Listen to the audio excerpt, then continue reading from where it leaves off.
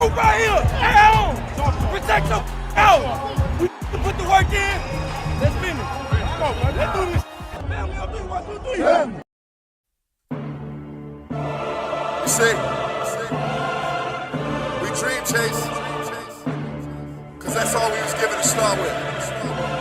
Then we realized the dream was obtainable. Now look at us.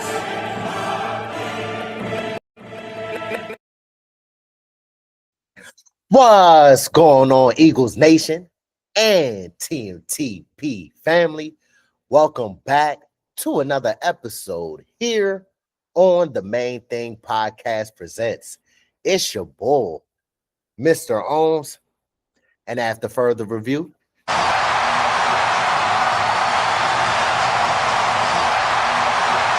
the call stands. I'm still official with no stripes. Happy holidays, everybody. Hey, I'm your man, Big Huss, the one you trust, bringing you all your Philadelphia Eagles latest. Look, we keep it real, we keep it grounded, we keep it all the way Eagles. And today we're tapping in for the official Black Friday preview of our very own Philadelphia Eagles versus Chicago Bears, where honestly, this matchup is a pretty big one. You have some NFC seeding on the line, energy at an all-time high. Both teams walking into this one with something to prove. Look, they beat damn near every team in the NFC East. We beat every team in the NFC North. So a chance to wipe out the NFC North and that whole division. But let's lock into the details as always. Like I said, keep it the main thing. Always. Before we get into the meat and potatoes, you know, Mr. Owens gotta holler at you real quick.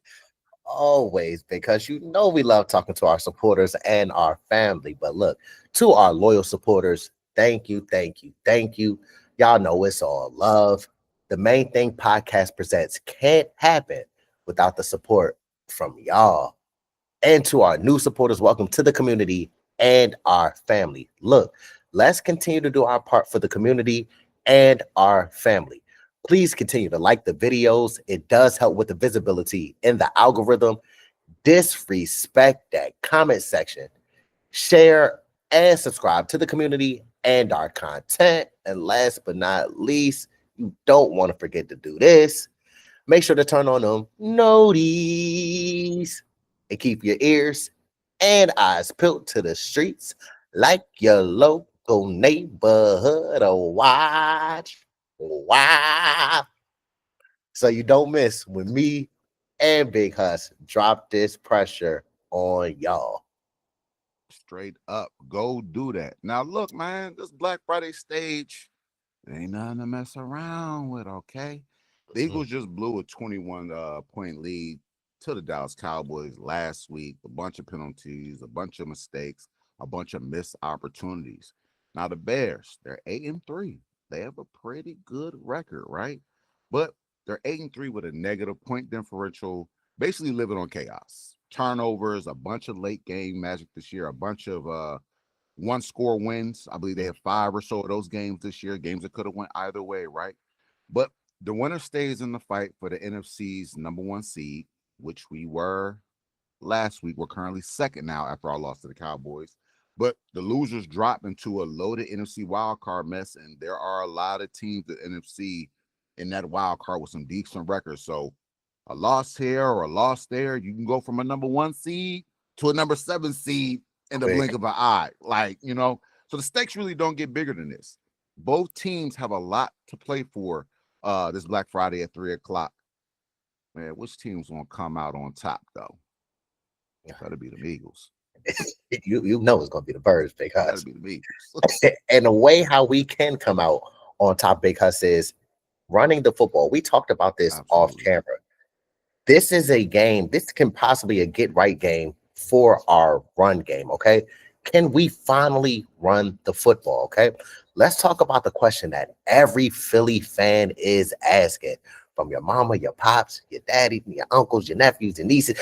Every Eagles football fan is asking, can this Eagles offense finally get the ground game going again? Okay. Saquon, say 2K, is sitting at 3.7 yards per carry. Now, you know a little bit about ball. That ain't good yards per carry, all right? And the run game just hasn't looked the same as it was in 2024. But now, Chicago's defense, this might be that get right opportunity that I just mentioned. The Bears could potentially be without their top 3 starters, that being Tremaine Edmonds, TJ Edwards, Noah Sewell, and I believe Ruben Hippolyte. And matter of fact, speaking of it, because we just got an alert that the Bears linebackers will, in fact, be out in this Black Friday game. So, okay. Yep. we ain't KFC over here, man. But look, that's finger looking good for real. You see what I'm saying? But look, man, the Bears, they're already giving up 138 rushing yards a game. That is a bottom 5 unit in the NFL. All right. And they struggle against what? Mobile quarterbacks, okay? Something that the Philadelphia Eagles do have. We saw Giants rookie Jackson Dart just run all over them, run wild against the Bears, okay? So this is a perfect opportunity and a perfect week for Philly to let QB1 use his legs more, but not be too reckless. Be mindful of how you use him. Don't play any hero ball, okay? Just enough to force the Bears to defend the entire field again. All right. Open up the boxes, get some more lighter boxes and things like that. Okay. When you put the pressure on with a run game and then also with QB1 being able to run out of the RPO and using his legs, that puts stress on the defense because now you have the edge defenders not knowing, okay, am I going to take QB1? Am I going to take the running back coming down? You have to be mindful so that makes them slow down their speed a little bit on defense. All right. Now, if QB1 can become a threat on the ground, Saquon gets lighter boxes, as I just mentioned. The O-line finally gets to get downhill and play our physical brand bully style football. And then this run game can finally come alive and we can get some spurts of what we saw back in 2024. For sure. And look, when you're talking about making playoff runs, things that get you on that playoff run are a good run game and a good defense. Now, for the most part, our defense has been solid, but the run game has to kick into gear. And as you mentioned, a lot of that might get going with more use of Jalen Hurts' legs. Now, on the flip side of that, the Chicago Bears, they don't have a problem with their run game. Their run game is averaging about 142 rushing yards per game, only second to Buffalo, where you have what's the younger brother's name up there? James Cook. I'm sorry. Younger brother Dalvin Cook, where James Cook, he's having a phenomenal year. A lot of folks are talking about Jahmyr Gibbs and things of that nature. Cook, younger brother, he's becoming a dog in his own right. But back to the Bears, the trio of DeAndre Swift, we know that name very well. Philly native, okay, could be a possible revenge game of him, more than likely is. Kyle Monangai, a Rutgers guy, and then Caleb Williams scrambling. That trio right there, real problem. Caleb Williams has been very slippery this year, escaping the pocket, extending plays, hitting DJ Moore and Roma Dunze on deep crossers. They're having good years. If the Eagles lose contain or become overly aggressive, getting a little too greedy, trying to feast and make a play, Caleb Williams will punish them. He's a mobile guy, right? Pass first guy, but if he has to use his legs, he will do it, right? Now, the key to a Vic Fangio defense, as we all know, excellent linebacker play, but above else, is discipline. Keeping Caleb in the pocket, rushing with pass lane integrity and as a unit is paramount this week, right? Winning on first down, keeping them into third and longs, not letting Swift and Monangai get downhill and really get that running game going, forcing Chicago into true passing downs, right, is where we can win. You don't want Caleb Williams out there improvising. That's kind of what he does best, right? You want him to drop back, have to sit back and actually read a defense and make tight throws into tight windows. When you can do that, he's not that good of a quarterback and a lead of a quarterback where he won't give you one or two, right? but we have to control the run game. First, control the run game, cap that off, force them into known passing downs, and really put it on Caleb Williams' shoulder.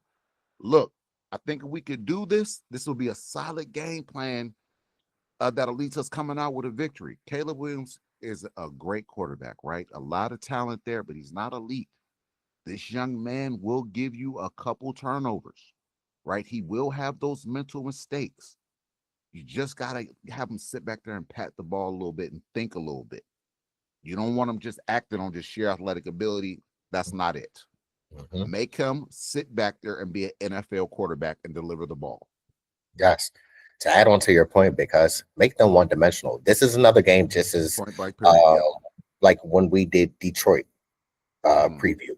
This is the same type of quarterback.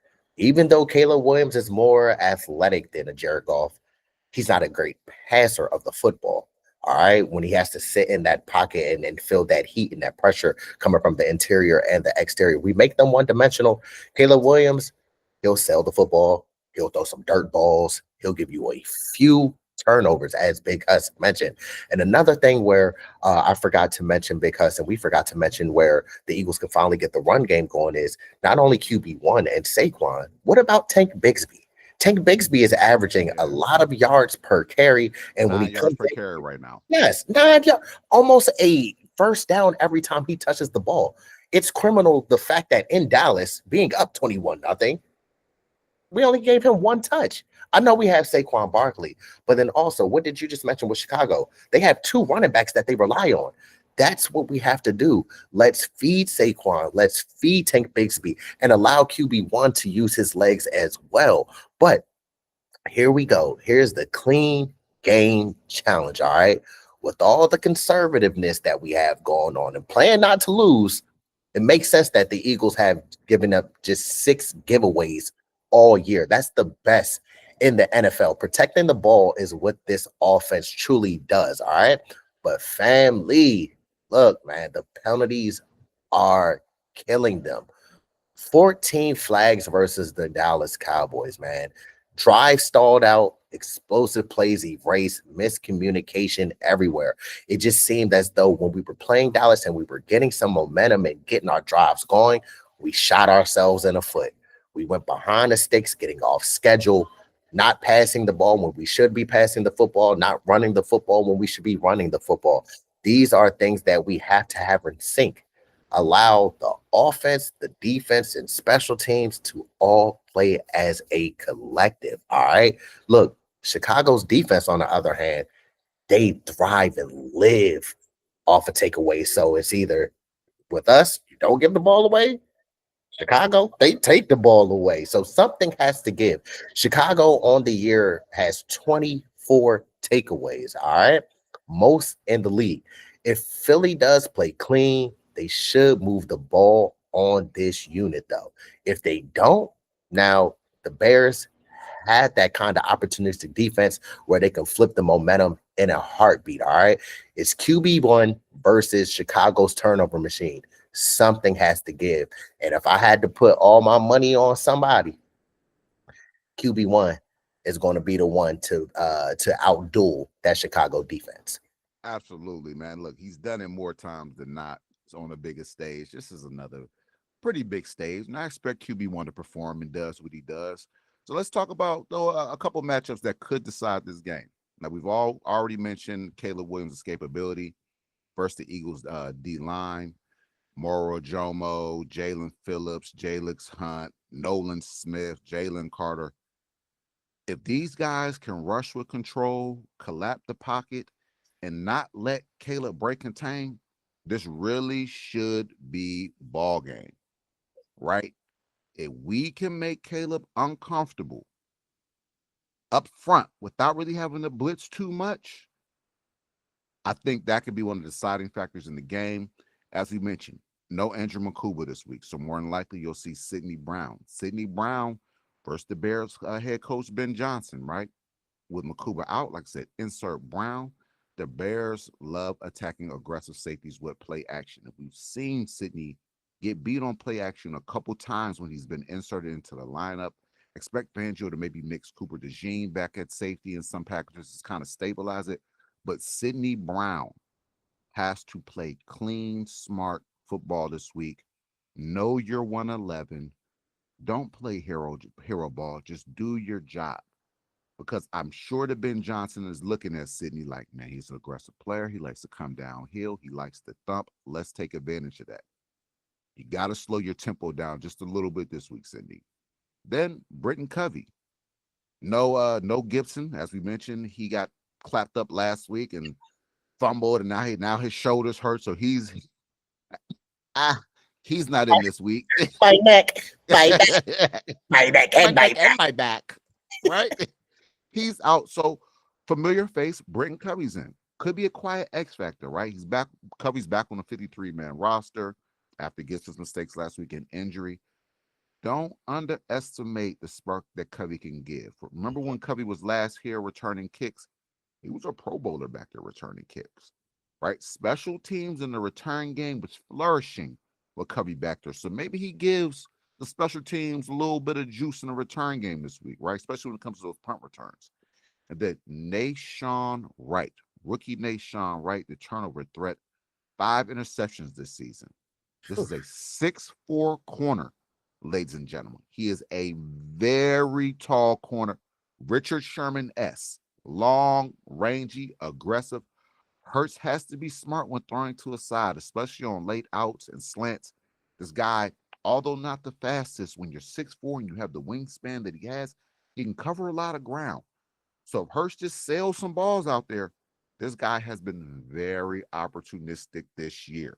We have to be mindful of where he is and the leverage in which he's playing with, and don't get baited into mistakes. As Mr. Owen said, 24 turnovers on the year for this Chicago Bears defense. That's 16 interceptions. I believe it was 8 forced fumbles. They're getting to the peel. They have a lot of mistakes and holes on that defense, but one thing that they are doing, an area that they are thriving in, is turnovers. Now, this Eagles offense, it has done great as far as turning the ball over this year. I believe we might only have 6 on the whole year. We got to stay on that train. Play within the scheme, stay aggressive, but play smart. And look, we should come out with this win, man. We definitely should, bro. And that's a very valid point that you brought up with QB1 being smart and throwing to his side, because especially on some of these out routes over the past few weeks, he's been late and been missing behind. Especially, I forgot where his first interception came. It was when he was trying to throw at the Jahan Dotson on a quick out on the left-hand side. And I forgot who we were playing at that point, but picked it. Oh, the Giants, Cordell Flott. That's who it was, Cordell Flott. But over these past few weeks, as me and Big Hus mentioned, QB1 has been a little off rhythm a little bit. His timing has been off a little bit, and throwing it behind the receivers. We have to make sure on those out routes, it's all about timing. When that receiver puts that foot in the ground, that ball needs to be coming out. You can't wait until the receiver's already going to the out route and then throw that football. We're in the NFL, ladies and gentlemen, boys and girls of all ages. As a corner, you're licking your fingers for those type of opportunities, because if you throw it behind, I'm gonna make sure that I step right in front of that receiver and go ahead and maybe pick six that thing. But that's where you bring up a very, very excellent point on that, Big Hustle. So now, what must the Eagles, our Philadelphia Eagles, do to win this football game? As me and Big Hus mentioned, we have to run the football with intention, with a purpose. Let's use QB1's legs to open it up. We kind of been keeping him reserved, and I understand that we don't want any injury to our franchise quarterback, but we have to do whatever we have to do to allow this offense to open up and get into the rhythm that we needed to get into. We need to all be synced at the same time. All right. So staying disciplined, cut the penalties in half. All right. We had 14. We can live with 5, 6, 7 penalties, but 14 is unacceptable. That's uncharacteristic for the Philadelphia Eagles, and that is an undisciplined football team when you get those amount of penalties, because when that happens, what happens? You get behind the sticks, you get off schedule, you put yourself in a disadvantageous position. We want to stay ahead of the sticks, stay on schedule. That is how you win football games. We got to win the edge battle. This is where our DNs have to come up big. The Jalen Phillips, as you mentioned, because the Nolan Smiths, the Brandon Grahams, the Jalen Hunts, they have to keep contained on Caleb Williams because he is a little slippery guy. When he feels that pocket breaking down, he can scramble out. And as you mentioned, he likes to play off script. He likes to get outside that pocket, throw the football. He can run the ball. He is more athletic than a lot of people give credit to. He's more athletic. All right. We have to limit explosive play action shots. Now, they will take the explosive shots to DJ Moore and Rome Odunze. Both of them about 4'3", 4'4"ish. They can fly, all right? They can get behind some defense and take the lid off. So we have to be disciplined on that back end. That's just where communication comes into play. Everybody has to communicate. Know your 111. Look, the front, the corners and the safeties, see the hands talking, especially this week with all the injuries that we have going on. It's about to be a patchwork secondary. Okay. So we have to make sure that you know your responsibility, you understand your assignment, and you execute. That is the word of the day. Execution on both sides of the football, not only defense, but on offense as well. Okay. And then stay turnover free. Protect the main thing. And what's the main thing? That pill, that football. All right. This isn't about being perfect because nobody's perfect. The only person that's perfect is God. All right. But it's about being composed. Again, understanding your assignment and executing it to the best of your ability, coaching included. Absolutely. And look, we ain't mentioned it, but it's 3 phases: offense, defense, and special teams. Yes, sir. Now, Jake has been great this year, right? Kind of had a little stumble last week, but I fully expect him to get back on that train. Great man, keep doing your thing. Kickoff unit, stay solid. And actually, the return unit has gotten much better these past couple of weeks. So let's continue on that train, man. Michael Clay, has really done a good job with this unit overall. Let's continue to make sure that it's not a weakness and it's working in phase with the other 2 phases of the game. But before we get out of here, man, you know how we do, man. You know how we got to give it up to God, man. It's prediction time. Now, look, I do believe this will be a bounce back game, right? I truly don't think this is going to be a blowout game. I think this will just be another get right game. Give us some confidence to start, as I said, building those good habits.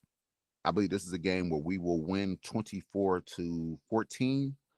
There'll be some hiccups, especially with us kind of having some bandage on the secondary and things of that nature. I believe that the Chicago Bears will score, especially with Ben Johnson there. He's a very creative mind offensively.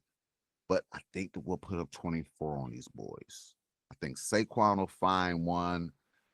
Jalen might take one in, and we'll get a passing touchdown with Jake finishing it off with a field goal, late field goal or something like that. 24-14. I love that. I love that. 2-possession game, 24-14, 10-point ball game. You know? That's a very good score, Big Us. And it's interesting because as our supporters and family know, we don't talk about discussing score predictions. Not that we feel like that's corny. Oh, what you think? We're going to do this? We're going to do. No, we don't do that. We legitimately watch the tape. We know our team. We see their team, and we come up with our score predictions. All right. But me and Big Us do have the same amount with the Bears being 14. But I think with everything that's going on, with the weeks that we've been having on offense, we haven't been looking the best. Kevin Patullo, it's no worse for that man right now. Something in me is telling me, like, bro, we're going to crack 30. Okay. I feel we're going to crack 30. Where it's a Black Friday game. We had an ugly loss, a terrible loss, by the way, that I feel that we truly, truly needed. We got to look ourselves in the mirror, ladies and gentlemen, boys and girls of all ages. It was no reason why we should have lost a 21-point lead. But if this team is who we know this team is, and this team can be when we're clicking on all cylinders, the Bears, they've been having a solid season, but they have not seen a team of this caliber. I think that we will get over 30, and Huss, I believe the final score will be 38-14. Go Birds. Oh, you got a lot of faith in them boys this week. Oh man, we got QB1, Saquon, Smitty, Arthur, Juan K. Dallas. We got too much over here, man. Hey, I'll put it like this: if the run game gets going, 38 points is definitely on the board for this week, for real. I'm not sure. I hope it is, but you gotta remember, we're coming off a short week. We just played a few days ago. Folks was eating that turkey last night. I'm a little sluggish, you feel me? But nah, 38-14, solid score. I pray it is that, because we truly do need a get right game where we just beat to A somebody, you know what I'm saying? And just really get it going. That would give not only the team a lot of confidence, but us as viewers and fans, like, all right, man, they trying to do right. All right, it's something's working, you know? I hope it is that, man. I believe so, bro, especially with us learning that their 3 top linebackers are out. It's That's no huge. way, bro. That's Come huge. on, man. That's practice squad players being called up in moments that they've never probably been in. This is a big stage, even though, okay, cool, we don't look like the big bad bullies that we've looked as before in these past few years. I feel that this moment, Black Friday, at the link, crowd gonna be rocking. 3 p.m. game, you know, fans been tailgating since last night, man. They ate the turkey, like you said, came right out there, joined to start tailgating, bro. It's about to be litty up in the link, and I just feel like with that combination, with the embarrassment that we went through in Dallas, I feel that we're gonna come out strong, and we should be able to put up 38 points. All right, look, I'm riding with the Birds. I'm down with the cause.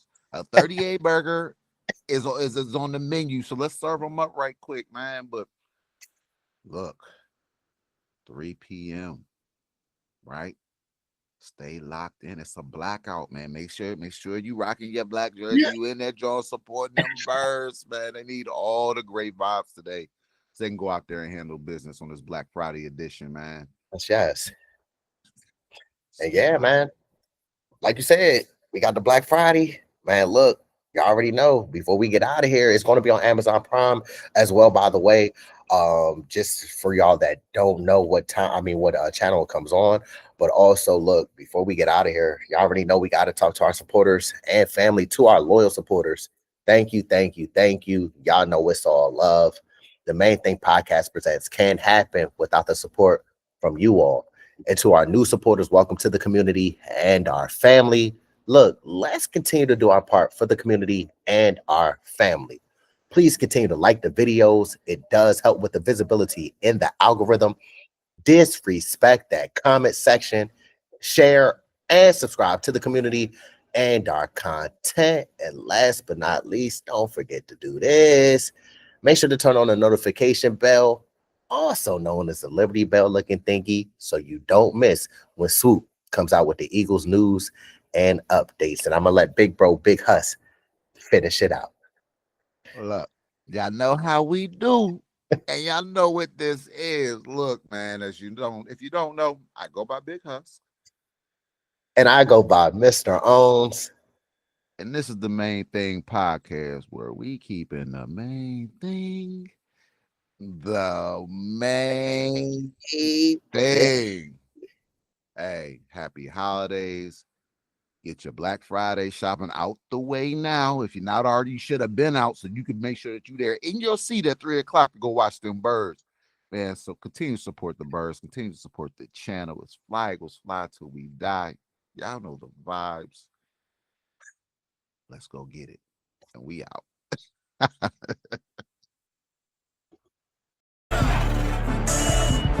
It was I was gonna make a lot of money doing what I wanted to do.